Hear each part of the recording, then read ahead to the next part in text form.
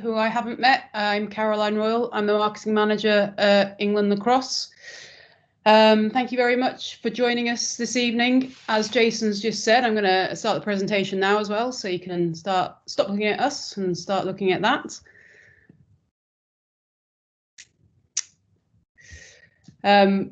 We're looking at recruitment in 2021, specifically from a digital presence point of view, but again, more specifically, we are just going to be talking about websites tonight. We understand the digital landscape is far wider than that, but it's also going to be a long webinar if we're going to try and cover it all tonight. So we thought we'd make it a bite-sized webinar production throughout these running recruitment in 2021. I know that some of you would have been on GDPR last week and are sort of au fait with the format that we're trying to get. So what we're going to cover tonight, or specifically what I'm going to cover, is why have a good website. And then I'm going to pass over to Sean, who's going to complete the presentation on what, how, and content as well. So why? This stat is... Sorry, from, Caroline. Yeah. The presentation isn't sharing. Thank you. Is it working now? Yes. Okay, everybody. There you go. You haven't missed much. So 2012, this stat was available. 89% of consumers use the internet to find information on products, services, or companies prior to making a purchase decision. And I think you're all aware that, you know, coming down to a lacrosse club and making the decision to send their child there or to do it themselves is a financial one. So there is going to be some sort of purchase making decision process before they do that. And it's important to realise that when considering your website and the website presence. As I've said before, the digital landscape is vast and the website is only one part of it. However, it is the hub of it. The majority of the content that you're going to have online should sit on your website. It will be pushed out to other digital platforms. I'm sure that you all, or you'll have personal ones anyway, will have Facebook pages and Twitter accounts, etc.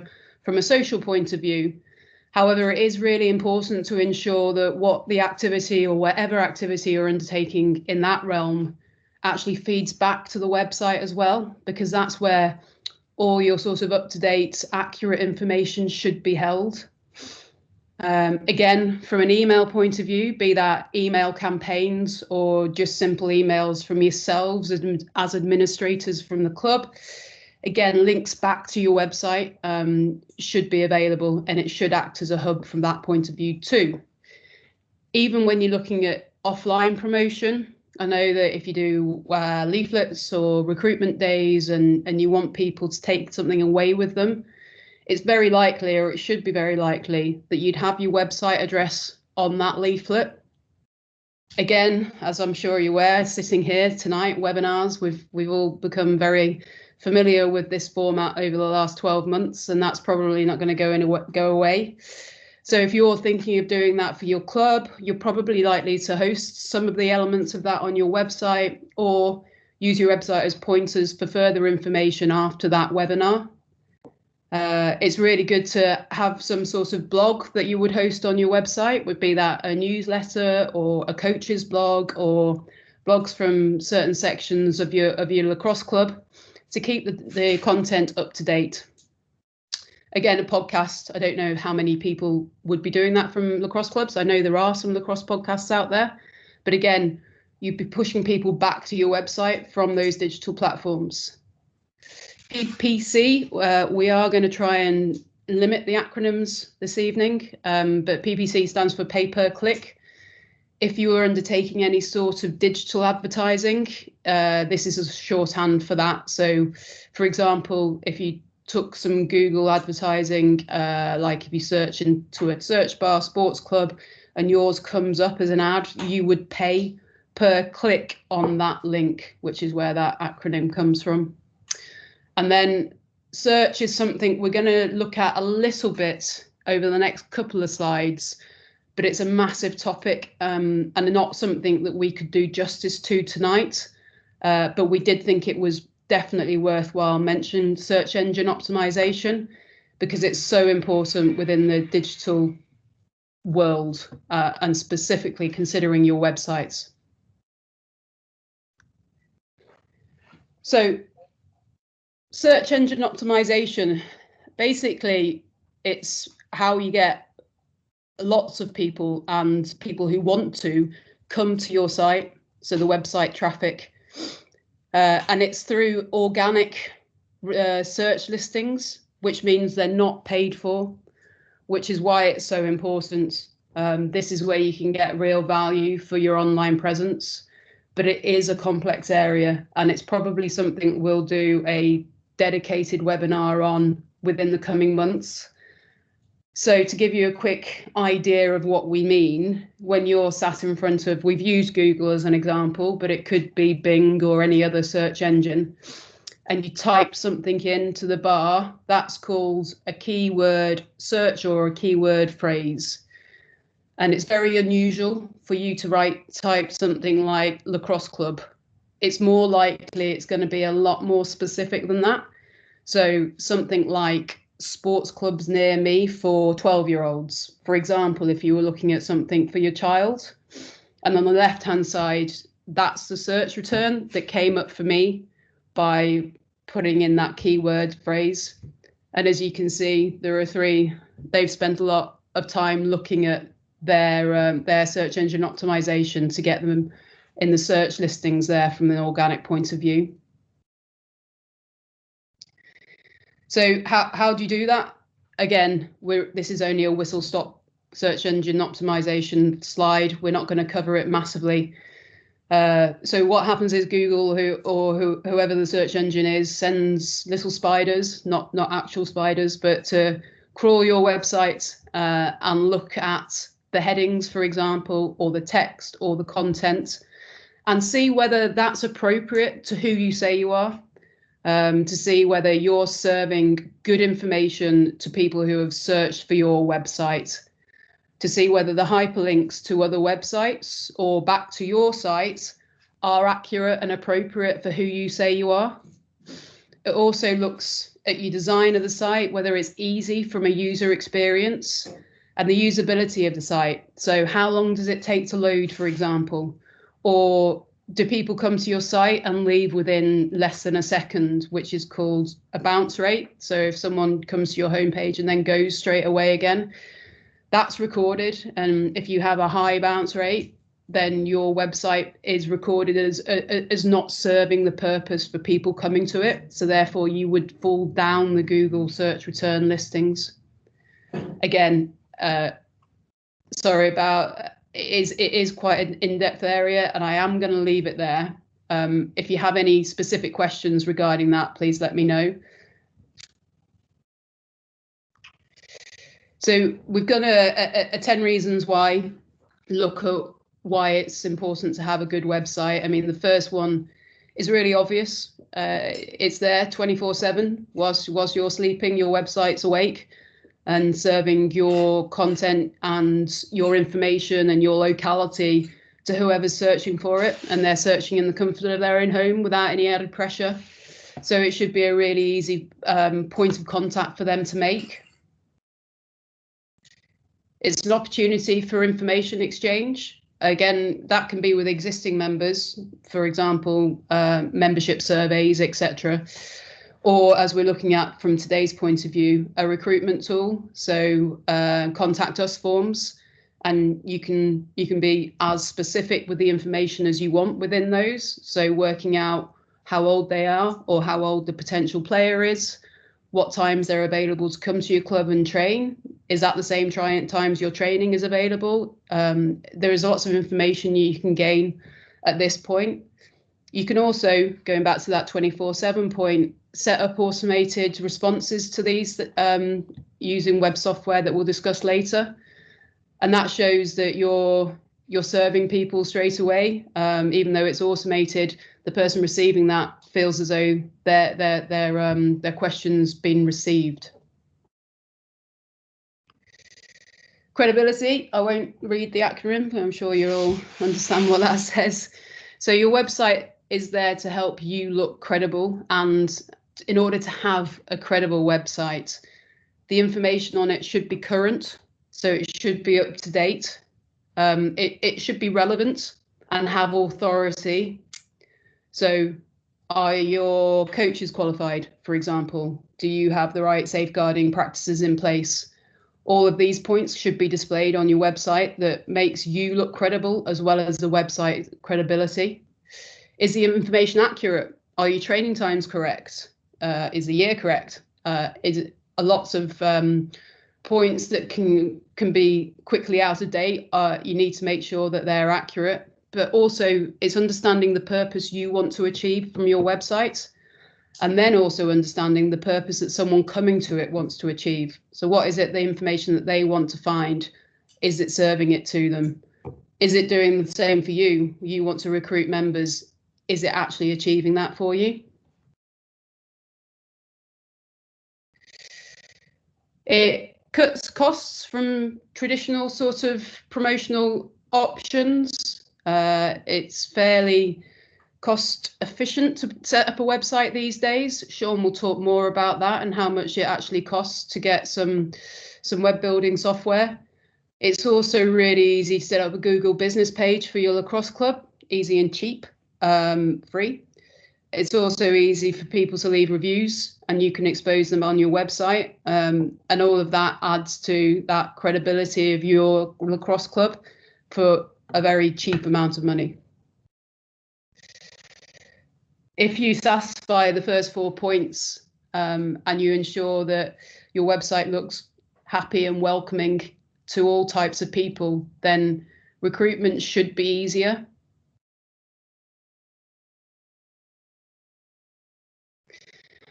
Many website packages now, and as I said, Sean will come on to this later, offer an analytics package at the back end of it. So some are more in depth than others. Google Analytics, for example, is free to use if you've got the right knowledge to get it in there. And that enables you to see who's visiting your site, what device they're using, or what search engine they're using, what content they look at on your site. So you can really get to understand the demographic of person who's coming to your site. And is that who you expected? Are you serving the right content? Is your website performing in the right way? Or do you need to change some things because an analytics report is showing you that your bounce rate is too high, people are leaving, they're not really searching the website at all, not looking at the content, or you're not getting many people at all? All of these are points that the analytics package can highlight to you, and then you can change your content and your website accordingly to improve it. Again, back to the pay-per-click point. Again, this is something we can do a whole webinar on, but promotional and advertising digitally is cost effective. It's also good from a locality point of view, because you can really target locally where your web adverts or your Google adverts or your Facebook adverts are exposed. And again, you can this is a live example. You can see that they expose a good level of information with a website and also phone number. It's important to think about your competitors, because if their sites are really good and they're going to be measured against yours, and a note here is it's not just lacrosse clubs who are your competitors. So just because you're the only lacrosse club in the locality, don't sit on your laurels. People are looking at other things to do with their leisure time, and you're in competition with other sports for sure. And you could actually extend that and say you're in competition with other leisure activities, be they what they may. If you're running a training for under 12s at 10 o'clock on a Saturday morning, there are quite a few other options for that age category during that time of day on a Saturday. And if your website isn't standing up against the other options, then you might lose out on players. And it's just something to keep in mind. Membership services. So again, this is for existing members, or as we're talking about now, potential members. Having, for example, frequently asked question pages on your website is a really good way of reducing the amount of phone calls or emails that are generated to people in volunteer administrative roles. Try and answer those questions before they're posed, as much as you can on the membership service sections of your site. Again, utilising contact us forms and automated responses is a really good way of doing that. And finally, growth opportunities. Your website is the shopfront to what you do and your club and its values and who your members are, etc. And it's where potential partners might come to view it. And it's certainly where you should sit partners or current partners on your site as well. So that's the final point. I will hand over to Sean to continue the presentation, unless we've got any questions, Jason. There's no questions in the chat box just yet, so. If anyone has any questions, feel free to put them in.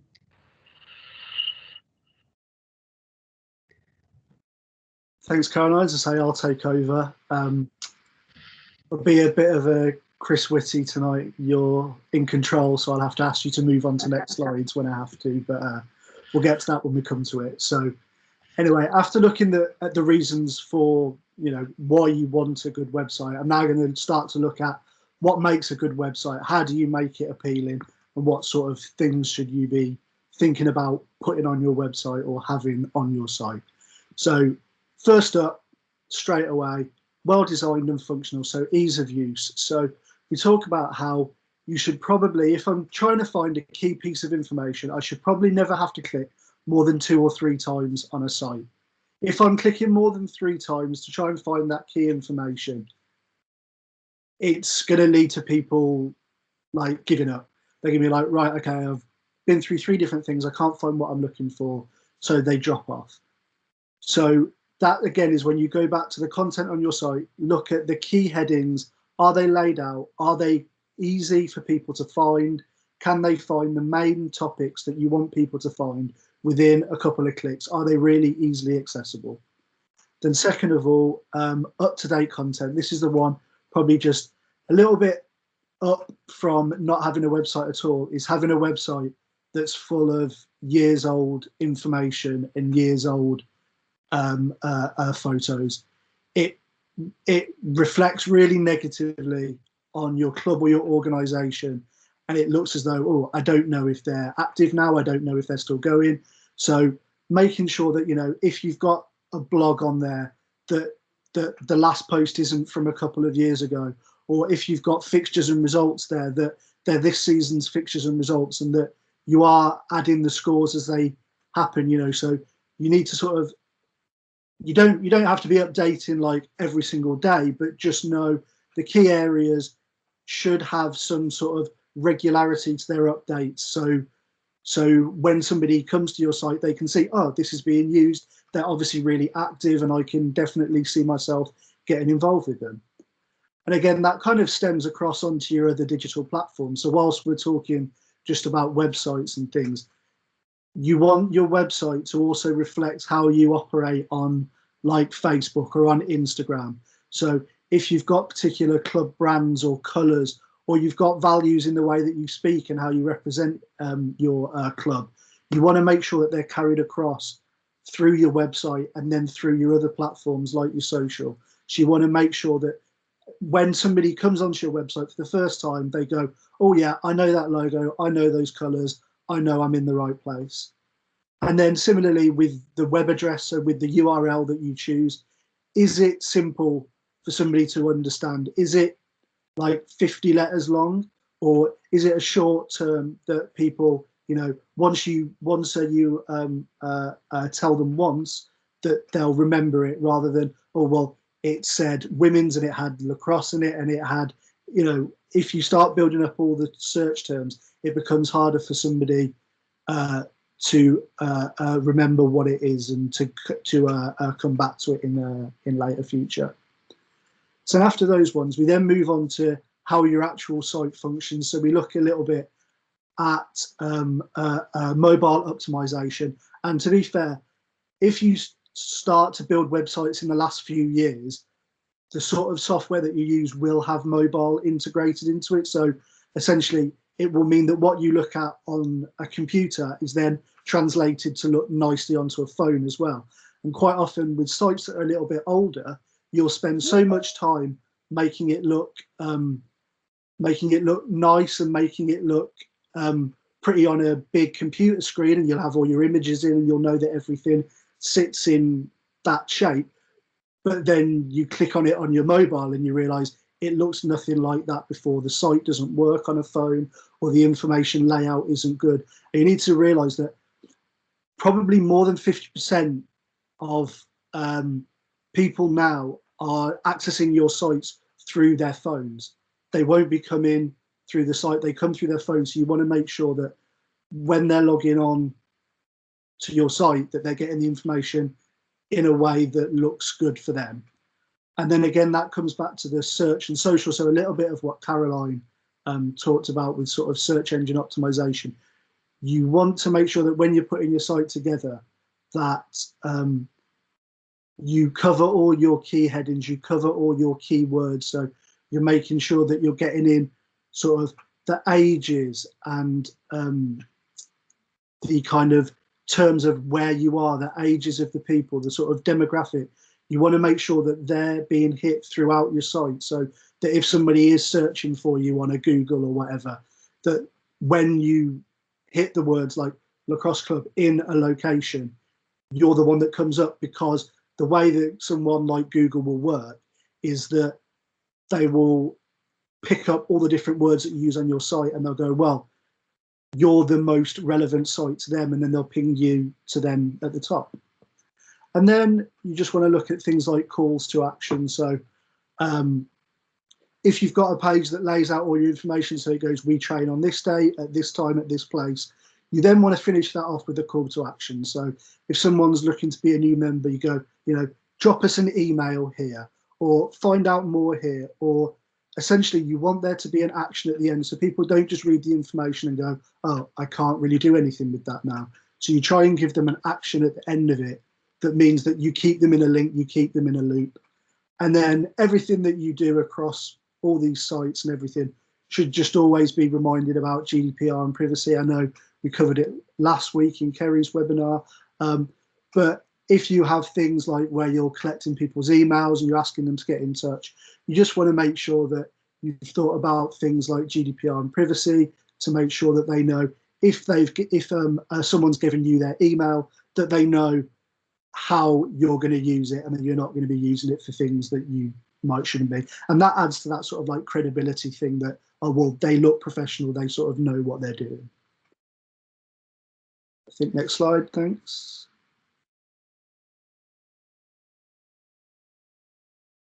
There we go.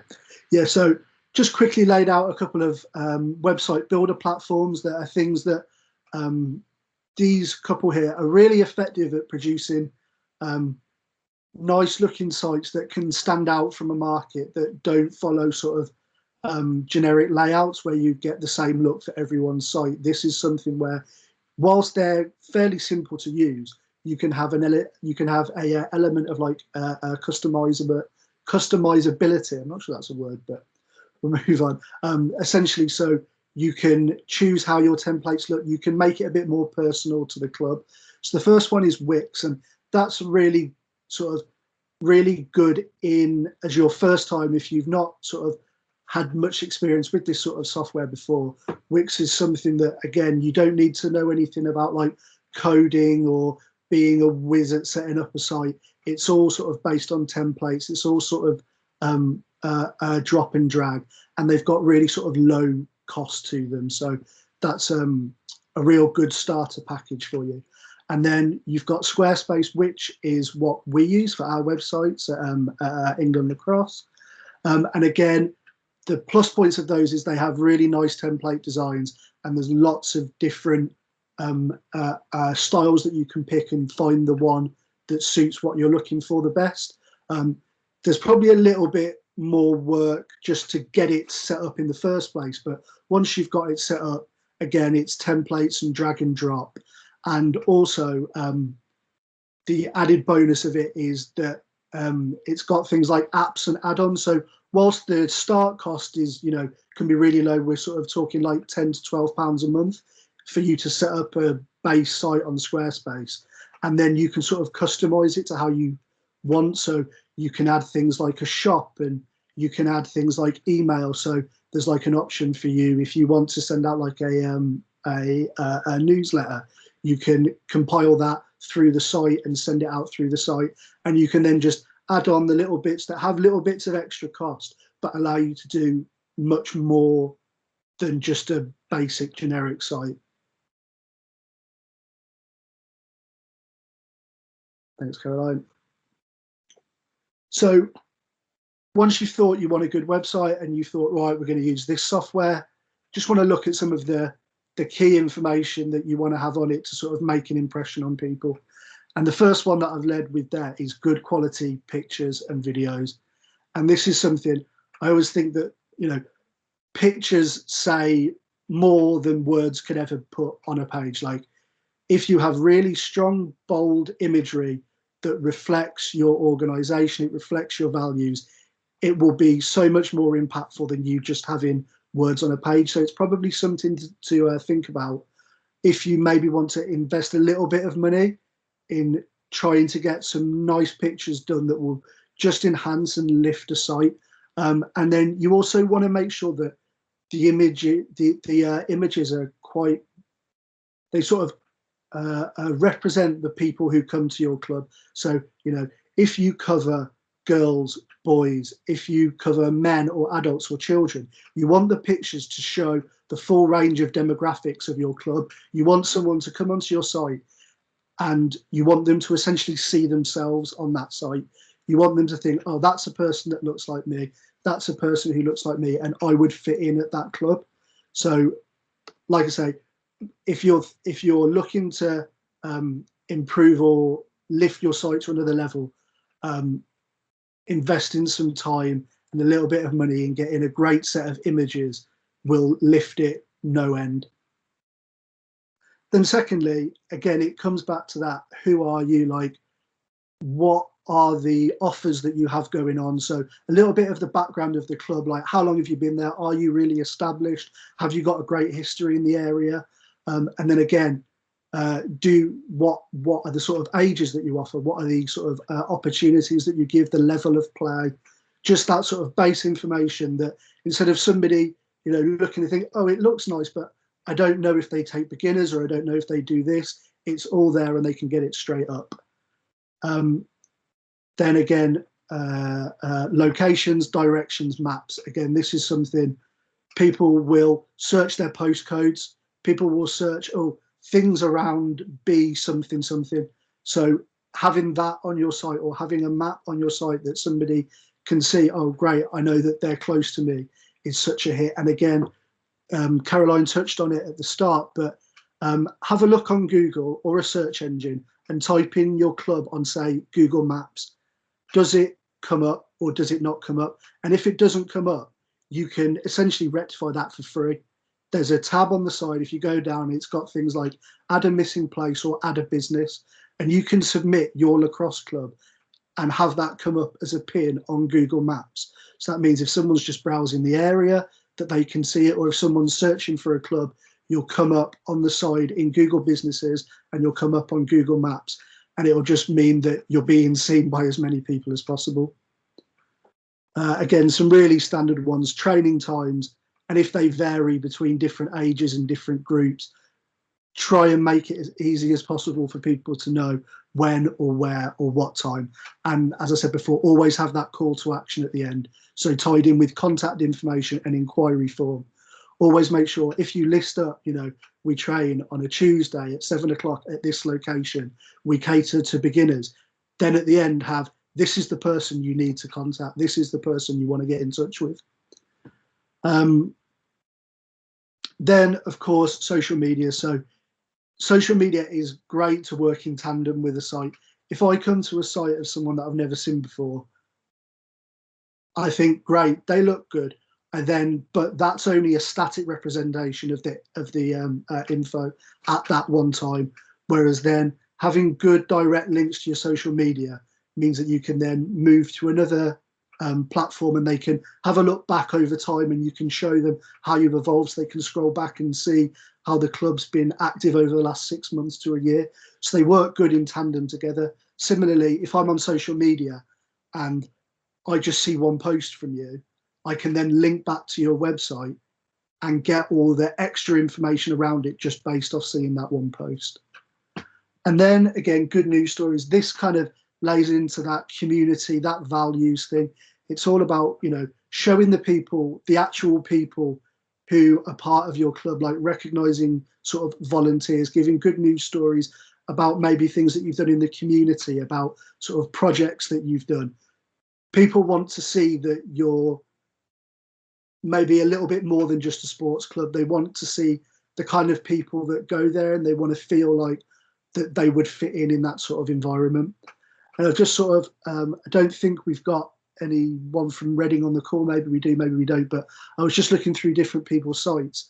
And this was a great example of what I thought showed all that sort of really good information laid out in a really simple way.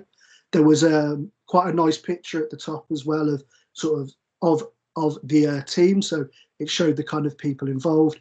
And then it was really simply like training this time, this date here. And then it starts to go into the sort of levels of experience. So it says, you know, we've got one team that's for players who have played before. We've got another team that's for sort of casuals. And that, it's just so easy. It's just so powerful. And it just gives everybody they want in 5 or 6 lines. So it's just about going back and looking at your content and going, am I making it as easy as possible for somebody to find us, basically? And hopefully, I think that might be towards the end. It's a bit of a whistle-stop tour through setting up a site, but hopefully it's been informative and a little bit interesting, and you've got at least a few, like maybe 1 or 2 key things that you'll take away and go, oh, I'm going to go and do that one action, or I'll go and do that one thing that I thought was a really good idea. Thank you, Sean and Caroline. As you could just see there on the last slide, we've got another webinar next week, which is the value of your members and volunteers. And I know a lot of people are probably already signed up for that, but you can sign up for that on our website. And there's just a bit of time now to just ask any questions. If anyone's got any, you can type them in the chat box, or you can just turn your mic on and ask away.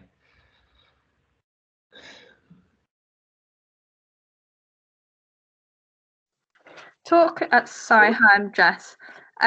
Jess. Just about the Google Maps thing where you said you could pin your club onto Google Maps.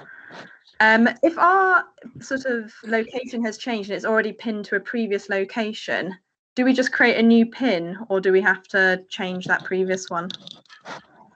What I would recommend is you can submit, there's like an error or something that you want to update. So I think when you search for your club, and if your club comes up but the location's wrong, I think there's a tab underneath which is like submit a change or submit an update. And I think that's the best way, because it means that you don't lose any of the value that you've already gained from being on Google, essentially, because essentially they have to like make sure that you're legit, and because you're already on there, they've already got that information as such. Yeah, Jess, is it an actual facility, or not? Is it a pitch? It's an actual facility. Okay, yeah, it's Birmingham, but we were at one school and we've moved to another school's location now. Okay. I mean, I know that sometimes when you're using a business Google business page, they send you something through the post, which basically you then respond to. So I don't know if it's the same for what Sean's saying in terms of just putting it into Google Maps, but certainly from a Google business page point of view, that's what happens. Okay. All right, I'll look into it. Thank you. Okay. We do have a question in the chat box from Rebecca, who asks, do you have any stats of how much bounce back you get from operating solely on an HTTP as opposed to an HTTPS website?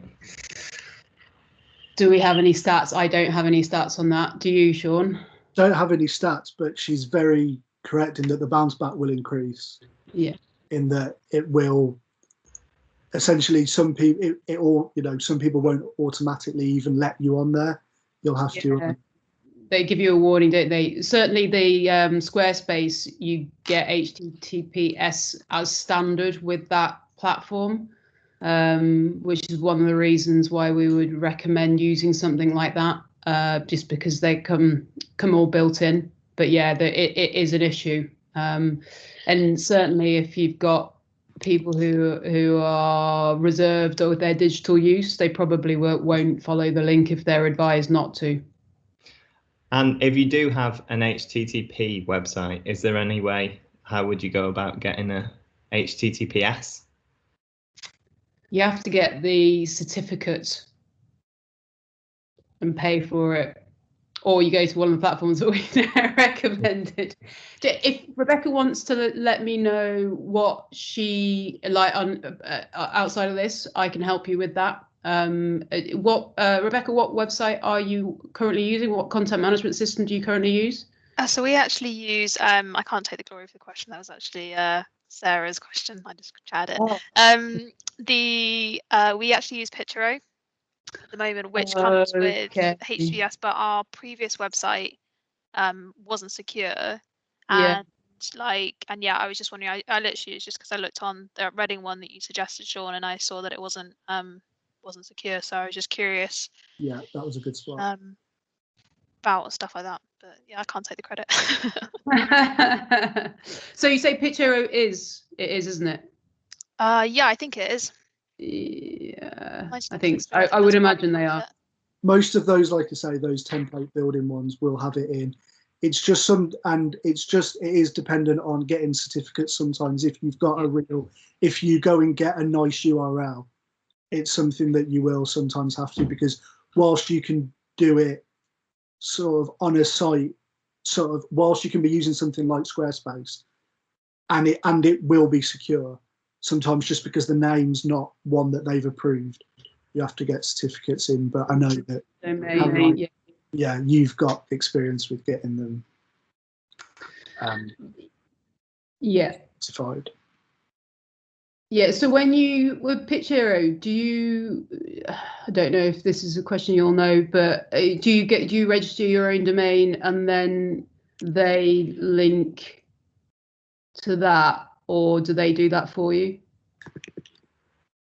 I think it actually just comes down as like Picturo / Lacrosse, like your own whatever domain name, do you? Yeah. Like your team name, basically. Which is not ideal, but. No, I think when we looked at Picturo, because we did discuss whether we should cover that within this presentation, because we knew a lot of lacrosse clubs and sports clubs use it.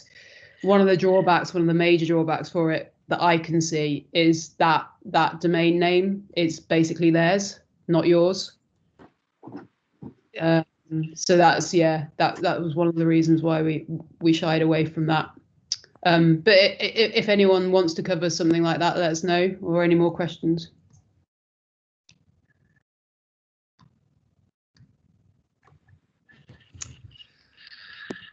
No, doesn't look like there's any more questions. Can I ask a question of the people then? So it was really difficult to know how to pitch this particular presentation. So it's the first one, and we wanted to not be too sophisticated in the content or go too in depth. Do you think we did that well, or do you think we went a bit too basic?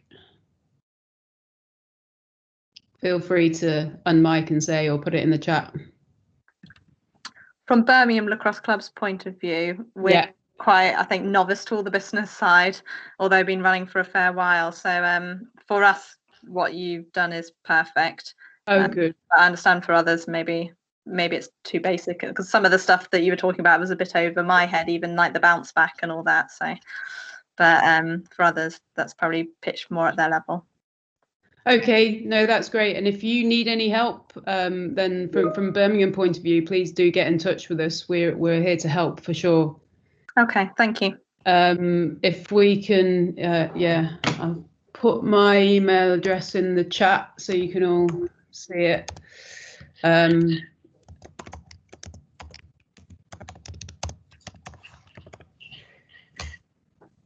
I'm going to do the same for the boys because they're not getting away with it.